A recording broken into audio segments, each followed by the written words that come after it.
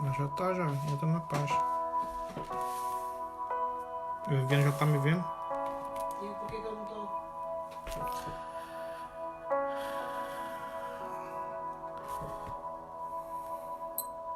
Alguma coisa errada aqui no meio.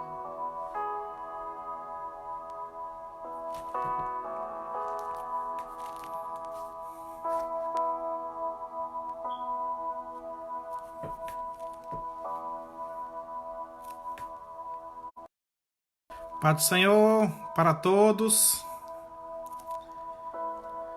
Estamos aqui para mais um dia. Começar nosso momento com Deus. Estou muito feliz pela oportunidade de poder estar aqui junto com os irmãos. Como é que tá o som aí? Se alguém puder me dar um joinha falando que tá tudo ok, o volume. É a minha primeira vez de fazendo live, então tô aprendendo ainda. Se tiver tudo bem, só dá um glória a Deus que eu já sei que tá tudo bom.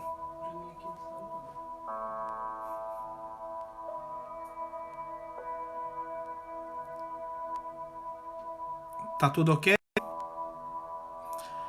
Então tá bom. Vamos estar fazendo oração. Já são 8h30. E vamos estar fazendo oração para iniciar mais este momento.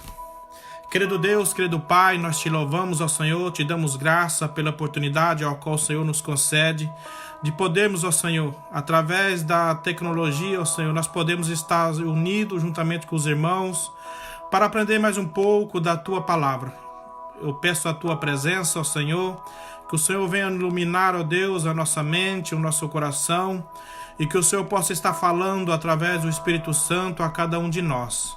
Ó Senhor, nós te louvamos e te agradecemos e pedimos a Tua presença, ó Pai. Amém.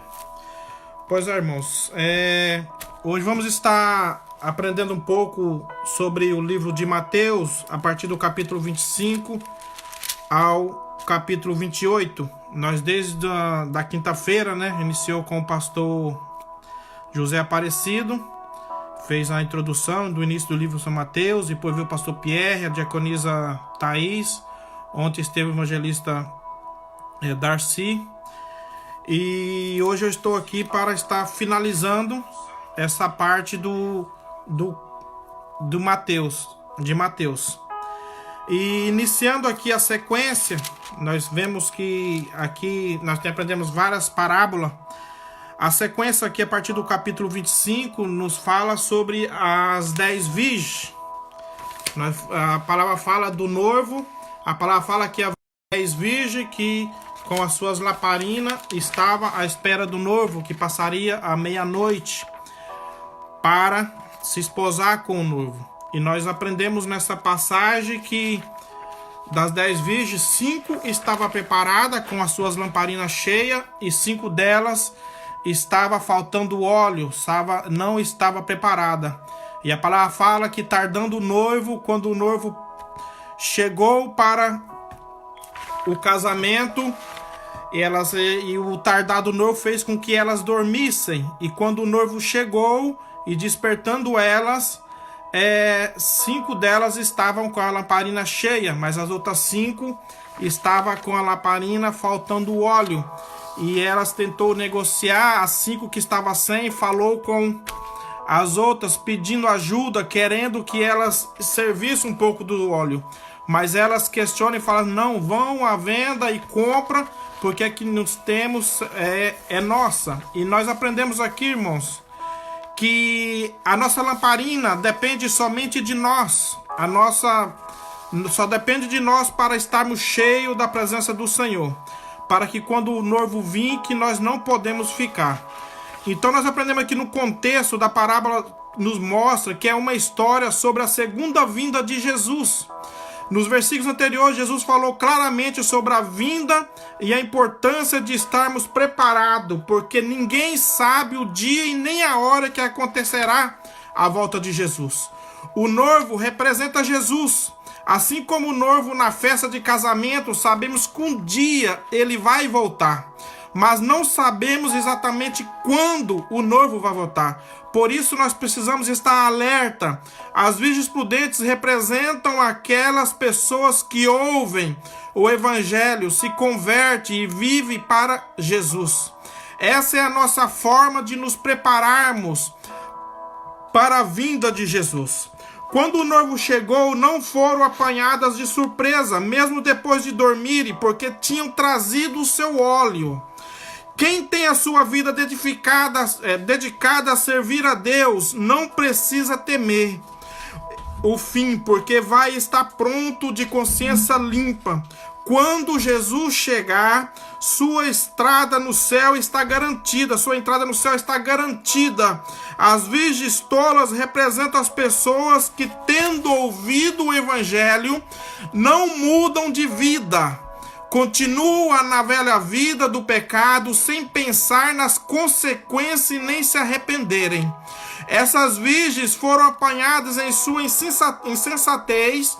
Elas poderiam ter comprado o seu óleo a qualquer altura antes da chegada do noivo, mas deixaram o tempo se esgotar. Quando o noivo chegou, já não havia solução para elas. Da mesma forma, quando Jesus chegar, quem não se converter para uma nova vida dedicada a Deus não poderá entrar no céu. Então que nós possamos ficar alerta e aprender com esta parábola. Logo à frente, no versículo 14, nós temos a parábola dos 10 talentos. A palavra dos 10 talentos fala do Senhor que, se ausentando, deixou 10 dinheiros com um dos seus servos, 5 dinheiros com o outro do seu servo e 1 dinheiro do outro servo, que na época se dizia denário. E a palavra fala que quando o senhor da vinha voltou, quando o senhor da vinha voltou e pedindo conta para os seus servos prestar conta, nós vemos que aquele que tinha pegado 10 denários, 5 denários, ele veio e apresentou ao Senhor o dobro daquilo que o seu senhor havia deixado. E nós vemos que aquele que o Senhor tinha deixado 2 denários, apresentou o dobro ao seu senhor. E nós vemos que aquele que pegou somente 1, temendo aquele o seu senhor, porque era um homem justo, um homem que ceifa aonde não tem plantado, como diz a palavra do Senhor, ele enterrou aquele talento, aquele denário, aquele que havia pego do seu senhor. E nós vemos que aqueles que multiplicaram o seu talento, eles tiveram a sua recompensa. Eles tiveram a sua recompensa diante do Senhor, do seu Senhor. E aquele que enterrou o seu talento, ele foi repreendido e não entrou no seio do seu Senhor. O que isso não significa, essa parábola? Essa palavra dos 10 talentos do homem rico representa o nosso Senhor Jesus. Depois que ele ressuscitou, ele deixou a terra, mas confiou sua missão, sua autoridade, os seus dons aos seus seguidores.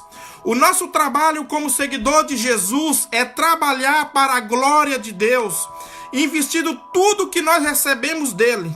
Jesus, ele dá o seu tesouro a cada um de nós, que é a sua palavra, é o seu Espírito Santo, amor, dons. E com esses tesouros vem a responsabilidade de nós administrar esse bem que nós recebemos do nosso Jesus.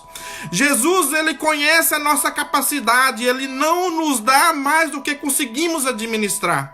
A cada um, ele dá de acordo com as suas habilidades. Existem muitas pessoas que dizem crer em Jesus, mas nem todos são verdadeiros seguidores. A fé sincera se revela nas atitudes e ações. Aqueles que creem em Jesus aproveitam o que ele lhes dá e usam tudo para expandir o reino de Deus. Cada um faz o que consegue com os recursos que Deus lhe dá, que Deus proporciona a cada um, e ajuda a multiplicar os dons que o Senhor lhe dá. Os falsos seguidores, eles são como os servos inúteis. Eles não amam Jesus. Sua verdadeira motivação é o medo de um Deus severo. pensam que estão obedecendo a Deus, mas não entende a maravilhosa bênção que é do nosso Deus, que é nos abençoar, e que nós possamos estar multiplicando aquilo que o Senhor nos dá. Amém? E logo à frente, já pulando mais no versículo 31 do capítulo 25, nós vemos sobre o julgamento sobre as nações. Essa é uma parte muito interessante do livro de Mateus, que Jesus já nos faz entender aquilo que acontecerá quando ele vir buscar a sua igreja, e que vir o julgamento, que nós possamos aprender com esta passagem. Eu vou falar resumido, que eu fiz os meus esboços já resumindo, porque o tempo é muito curto, irmãos. Esses 3 versículos, cada capítulo merecia uma live, mas são 3, então vamos estar acelerando bastante, porque eu quero passar por todas, todos os capítulos, mas eu já vou estar aqui falando sobre o resumo ao qual eu fiz do Mateus 25, a partir do verso 31. A abertura do julgamento final. Chegou a hora do julgamento. O Filho do Homem aparece e reúne ao seu redor todas as nações do mundo. Separa as pessoas como o pastor separa as suas ovelhas dos bodes, dos cabritos. O pastor sabe discernir, ele não erra. Ovelhas à direita, cabritos à esquerda. Jesus, ele não erra. Nunca se esqueça, irmãos. Jesus, ele não erra. Ele sabe discernir bons e maus, os bons dos maus. Jesus não julga e nem condena.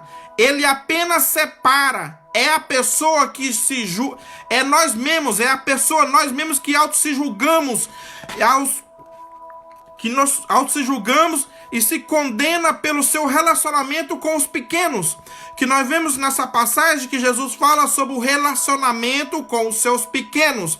E nós mesmos conseguimos nos auto-separar, que nós reconhecemos quando nós nos auto-julgamos, nós sabemos das nossas atitudes e do que nós fazemos.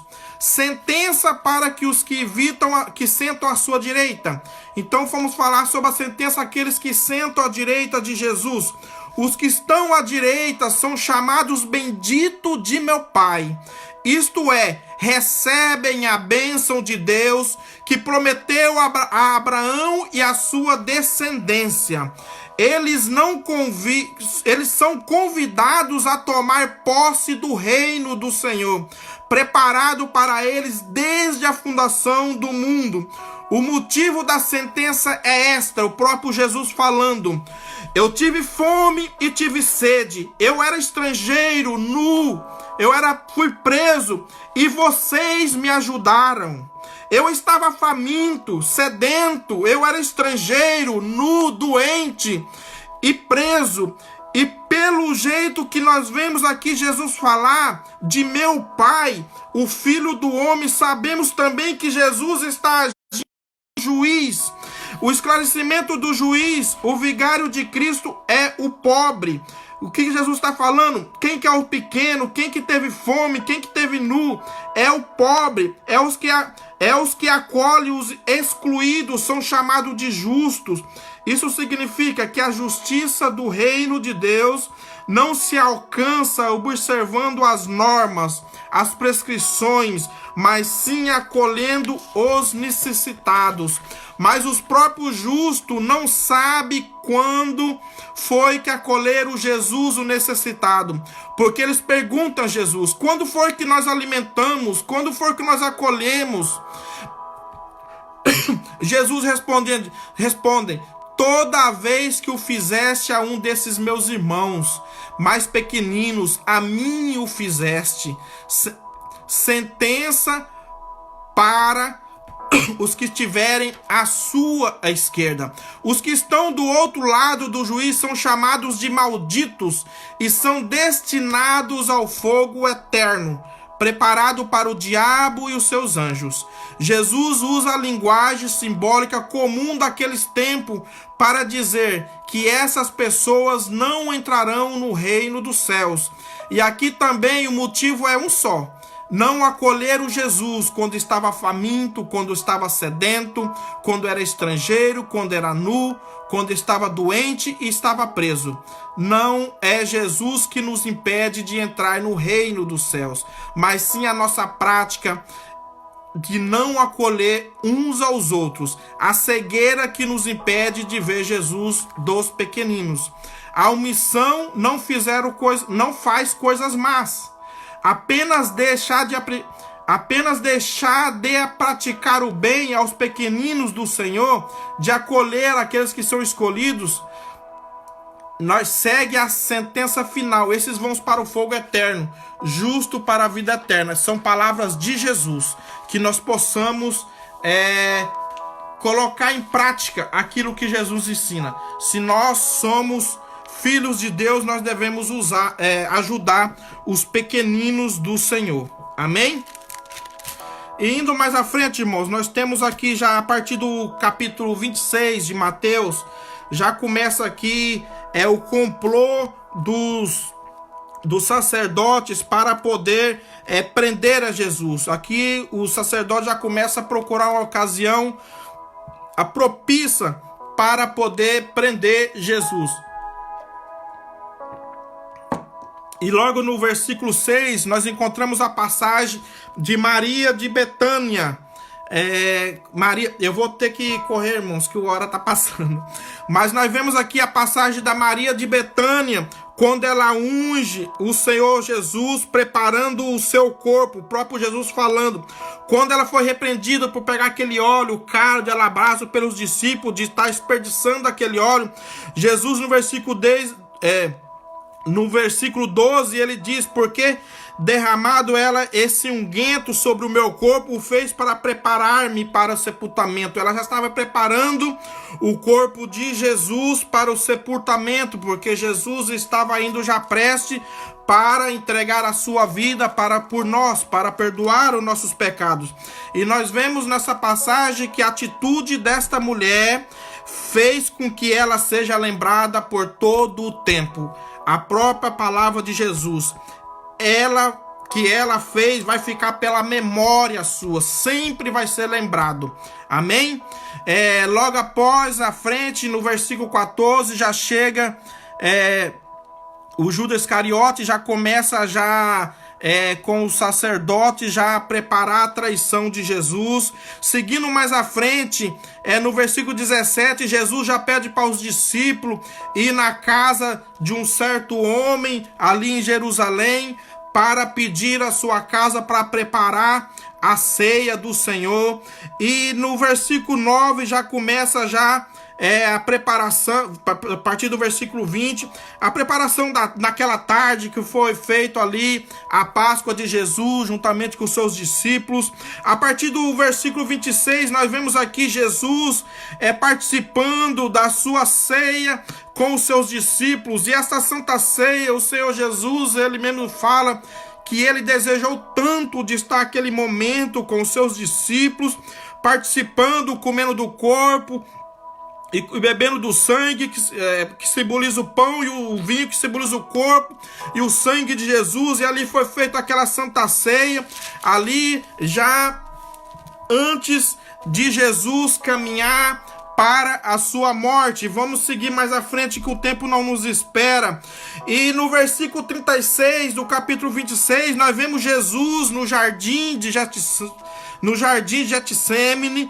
Ali nós vemos que Jesus, quando estava já chegando a sua hora de ser preso, Jesus vai ao jardim e ele leva consigo 3 discípulos, Pedro, Tiago e João, que eram os discípulos mais chegados. Nós vemos que Jesus, quando ele foi para o jardim, ele foi orar, porque ele estava já esperando que ele seria preso, aquele momento difícil da sua morte, da sua vida. E Jesus, ele não quis estar sozinho naquele momento. Jesus convidou os seus amigos, ele convidou os discípulos, Pedro, Tiago e João: vamos comigo ali para orar, porque ele precisava de apoio, ele precisava dos seus amigos, mas nós vemos que Jesus, ele estava ali, de joelho, orando, clamando pelo Pai. Se possível, Jesus orava ao seu Deus: se possível, ó Pai, tira de mim esse cálice, mas que não faça a minha vontade, mas que faça a tua vontade. E nós vemos que aqueles discípulos, eles dormiram, eles não vigiaram com o nosso mestre. Jesus, ao levantar daquela oração, ele repreende os seus amigos: vocês não vigiar comigo, vocês não estão orando comigo. Quantas vezes, irmãos, nós precisamos de um amigo, nós convidamos nossos amigos e nós esperamos que nossos amigos clamem conosco para que o Senhor venha com a sua misericórdia sobre nós. E muitas das vezes, quando nós olhamos nossos amigos, eles estão dormindo, eles não estão preocupados com a nossa tristeza, com o nosso momento difícil. Mas não se esqueça, Jesus, ele não te abandona. E Jesus, após esse momento no jardim, a palavra fala que já chegou Judas com o sumo sacerdote, os soldados romanos, para o prender. E nós vemos que quando Judas, ele combinou com os sacerdotes, quando Judas chega até Jesus, ele o beijou no seu rosto, que era isso que ele havia combinado com o sacerdote, com os soldados. Aquilo ao qual eu beijar no rosto, esse é o Jesus. E nós vemos que quando Jesus foi beijado, Jesus olhou para o seu amigo Judas e ele falou assim: aqui vieste, meu amigo. Jesus, ele tinha Judas como seu amigo, como seu companheiro, como seu discípulo, mas ele decidiu o trair. Quantas pessoas que vivem, caminham com o Senhor Jesus, e Jesus tem ele como amigo, ele faz a obra do Senhor, ele caminha com o Senhor, mas ele o trai. Quantas vezes, quanto a pessoas que nós conhecemos no dia a dia, que nós vemos que era amigo de Jesus, que caminhava com Jesus, mas hoje está no mundo, ele está no mundo, longe do Senhor, está no pecado e trabalha para perseguir e atrapalhar a obra do Senhor. Mas nós sabemos que nós temos Jesus que venceu. Seguindo mais à frente, Jesus, ele vai, ao ser preso, ele vai até a casa de Caifás. Aqui, meus irmãos, começa começa o julgamento de Jesus na casa de Caifás. Eu escrevi, meus irmãos, esse momento porque eu queria falar mais detalhado essa passagem do julgamento de Jesus. Jesus, após ser preso, levado à casa de Caifás, sumo sacerdote, para que fosse julgado ali pelo sinédrio, no julgamento eclesiástico. O verso 59 do capítulo 26, no julgamento nos diz que os sacerdotes, os escribas e os anciões procuravam algum falso testemunho para que pudesse acusar Jesus com a clara intenção de condená-lo à morte. Aqueles homens que eram os líderes do povo judeu, que deveriam conduzir o povo espiritualmente, que deveriam apontar para Cristo e dizer: eis aquele que nos falavam os profetas, esse é o Salvador que tanto aguardávamos, esse é o Filho de Deus, o Cordeiro Santo, que tira o pecado do mundo. Ajoelhe-se, pois, perante ele, implorando o perdão de seus pecados, para que não sejam julgados no último dia. Estavam tomados de inveja pela influência que estavam perdendo sobre o povo. Estavam tão desesperados para recobrar o poder que vinham perdendo desde que Jesus iniciou o seu ministério, que estava disposto a condenar o inocente à morte. Através de falsas testemunhas, afirmando que Jesus havia dito que ele mesmo destruiria o santuário de Deus e edificaria em 3 dias. Jesus, mesmo incitado a fazê-lo por Caifás, não respondeu a acusação alguma feita pelas testemunhas falsas que eles haviam arrumado. Caifás, portanto, insultava e dizia para que Jesus conjurasse ao Cristo, pelo Deus vivo, como se pedisse para dizer a verdade, tendo Deus como testemunha, que diga a todo o sinédrio se ele realmente é o Messias, o Filho de Deus vivo. Ao que Jesus responde: tu o disseste. Quando o Caifás fala a Jesus: tu és filho do Deus vivo, tu és o Jesus. E Jesus responde: tu que está falando, tu disseste que eu sou filho do Deus vivo, afirmando assim ser ele o Cristo, ser ele o Filho de Deus. E Jesus completa: entretanto, eu vos declaro desde agora, vereis os filhos do homem assentado à direita do trono poderoso e vindo sobre as nuvens do céu. A resposta de Jesus, ela é completa e reedifica para si as prerrogativas exclusivas a Deus. Era exatamente o que os sacerdotes queriam, ou seja, era mesmo o Filho de Deus, ou estava blasfemando. E todos aqueles que blasfemassem contra o nome de Deus, segundo o livro de Levítico 24:16, deveria ser condenado à morte. Logo, a resposta de Jesus a Caifás, no ato de extremo cinismo, ele rasga toda a sua veste, ato que significa tristeza profunda, no caso, supostamente por ter ouvido o nome de Deus ser blasfemado. E Caifás, ele exclama: ele blasfemou, está tudo acabado. E o Sinédrio conseguiu uma acusação. Irmãos, eu acho que caiu a live, mas já voltei.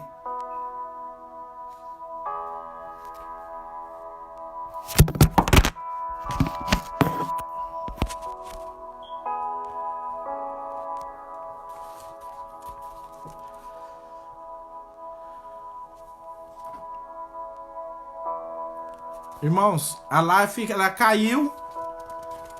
Foi algum problema no meu telefone, mas já voltou. E nós vemos que a humilhação terrível de Jesus, do nosso Salvador, diante dos sumos sacerdotes terrestres, pecadores, falhos, que julgavam e sentenciavam a morte do nosso sumo sacerdote celestial, que é nosso Jesus. O Verbo encarnado, que foi julgado como criminoso, foi maltratado e foi alvo de zombaria. Aqueles homens que deveriam ser sentenciados à morte por tamanha blasfêmias que cometiam contra o nosso Senhor Jesus, enviado de Deus, mas na verdade, ao contrário do que aqueles homens pensavam, que o nosso Senhor Jesus, ele saía vitorioso daquele julgamento.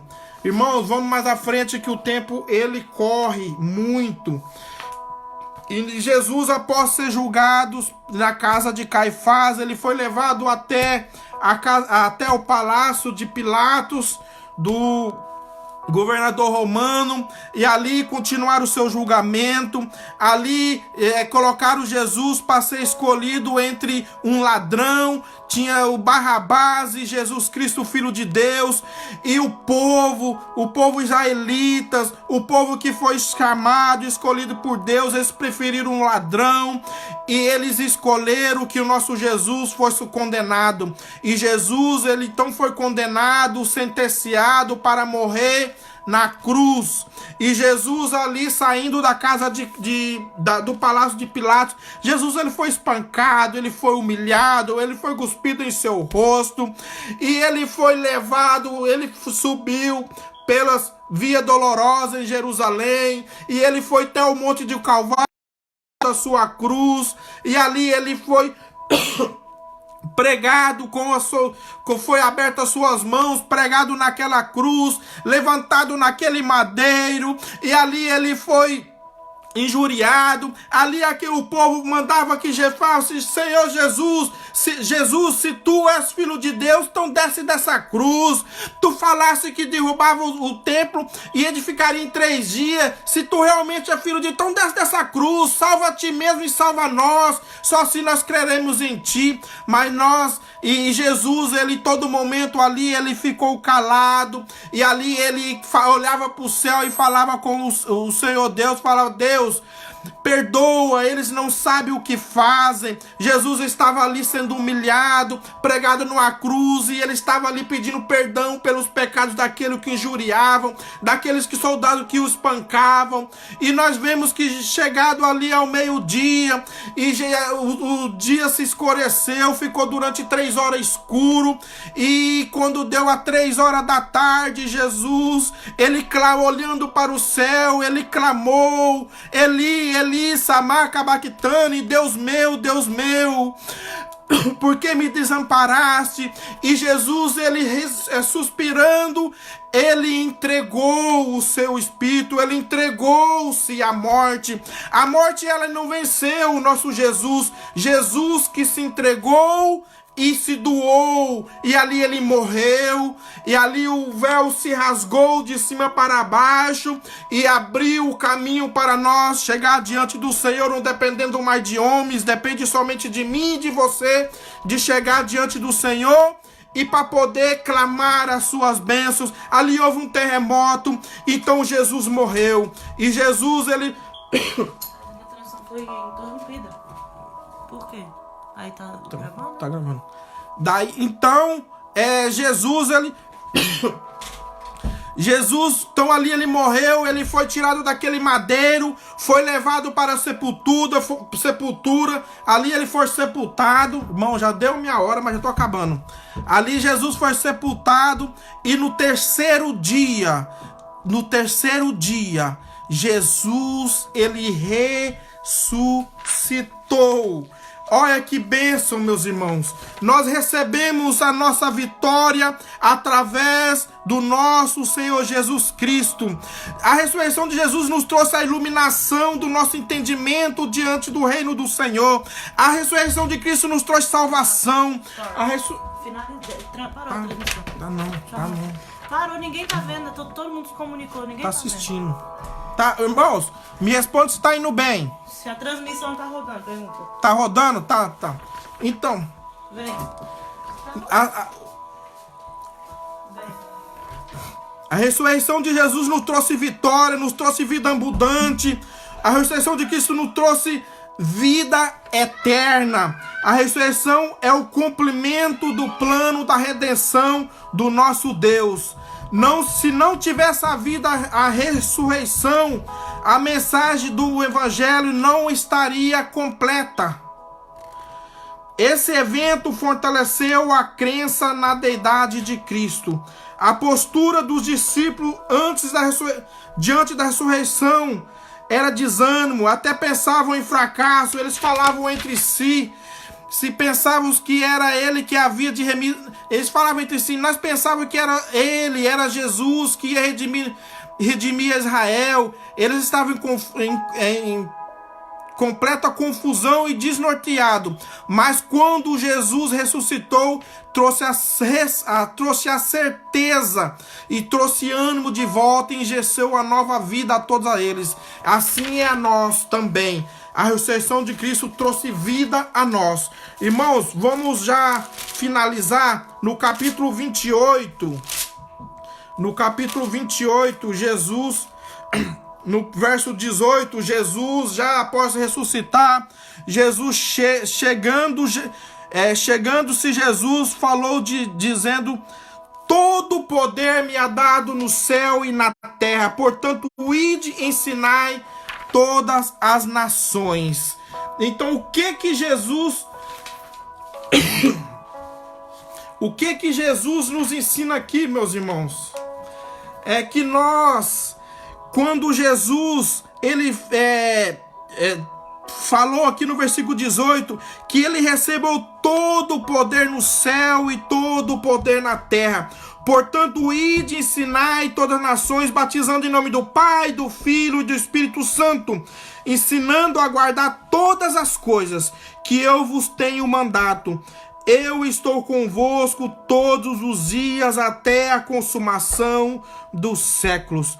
O nosso Senhor Jesus, Ele tem o poder dos céus e da terra. E o Senhor Jesus está falando aqui no versículo 20, no último versículo do livro de Mateus, que Ele está conosco, que Ele está conosco todos os dias até a consumação do século. Então, meus irmãos, que eu quero deixar nesse momento, não se preocupe com as diversidades, não se preocupe com os dias difíceis, não preocupe, nós estamos passando num momento difícil, o mundo está atemorizado, o mundo está com medo, tantas coisas acontecendo, nós temos esse vírus aí que tem colocado nações de joelhos, pessoas que não podem sair de casa, e muitos estão temerosos, com medo de que pode acontecer no amanhã. Mas nós, como filho de Deus, nós temos o nosso Jesus, aquele que morreu, que foi crucificado na cruz, mas que ressuscitou. Ele nos prometeu que Ele vai estar conosco todos os dias.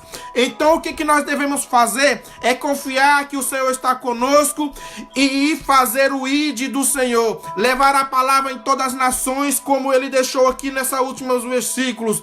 Vai, prega a minha palavra em todas as nações, batizando em nome do Pai, do Filho, do Espírito Santo, batizando nas águas, chamando o povo para se arrepender do seu pecado, porque Jesus, Ele morreu na cruz. Eu sempre falo e eu sempre vou dizer, Jesus, Ele não morreu na cruz para nos dar bens, para nos dar coisas boas nesta vida terrena, não. Jesus não morreu na cruz para nos dar salvação, para nos levar para o céu. As coisas terrenas, as coisas boas nós conquistamos com o nosso trabalho e com a misericórdia do Senhor, conforme Ele nos abençoa. Mas Ele morreu, foi para nos salvar. Amém?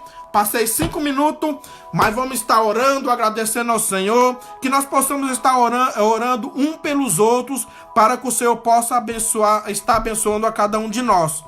Desculpa pela live que caiu, mas foi algum problema no telefone, mas eu creio que deu para entender, bastante corrido, são muitas coisas, eu queria explicar parte por parte, mas eu creio que os irmãos entenderam e que nós possamos juntos, irmãos, sempre estar orando um pelos outros. Nesse momento que nós não podemos estar indo na igreja, não estamos nos vendo, muitos estão em casa, outros estão trabalhando, mas graças a Deus que o Senhor tem cuidado de cada um, conforme a necessidade de cada um, e que nós possamos estar orando um pelos outros. Querido Deus, querido Pai, nós te agradecemos, ó Senhor, por esse momento ao qual nós passamos na Tua presença. Que o Senhor, Pai, pela Tua infinita misericórdia, o Senhor possa, ó Deus, estar visitando a cada família, a cada lar nesse momento, trazendo, ó Deus querido, as Tuas bênçãos, a Tua paz, ó Senhor, trazendo alegria ao coração abatido, ó Pai, trazendo, ó Deus, a cura ao enfermo, trazendo, ó querido, a salvação, ó Deus, àqueles, ó Deus, ao qual se encontra perdido, precisando, ó Senhor, da Teu perdão e da Tua misericórdia. Ó Senhor, visita as nações nesse momento, as nações, ó Pai, especialmente ali a Itália, ó Deus querido, que se encontra num momento tão difícil, ó Pai, mas que o Senhor, Deus, conhece, ó Deus, a necessidade de cada um que ali se encontra, ó Pai, e que o Senhor possa, ó Deus, estar ali, ó Pai, cuidando de cada família. A nós aqui na Inglaterra, o Reino Unido, ó Pai, ao nosso país, ao Brasil, ó Deus, que a Tuas mãos, ó Senhor, possa estar sobre todos. Assim, ó Pai, nós te louvamos e te agradecemos em nome do Senhor Jesus. Amém? Que o nosso Senhor Deus abençoe a cada um e que todos possam estar com o Senhor. Amém? Que Deus abençoe a todos.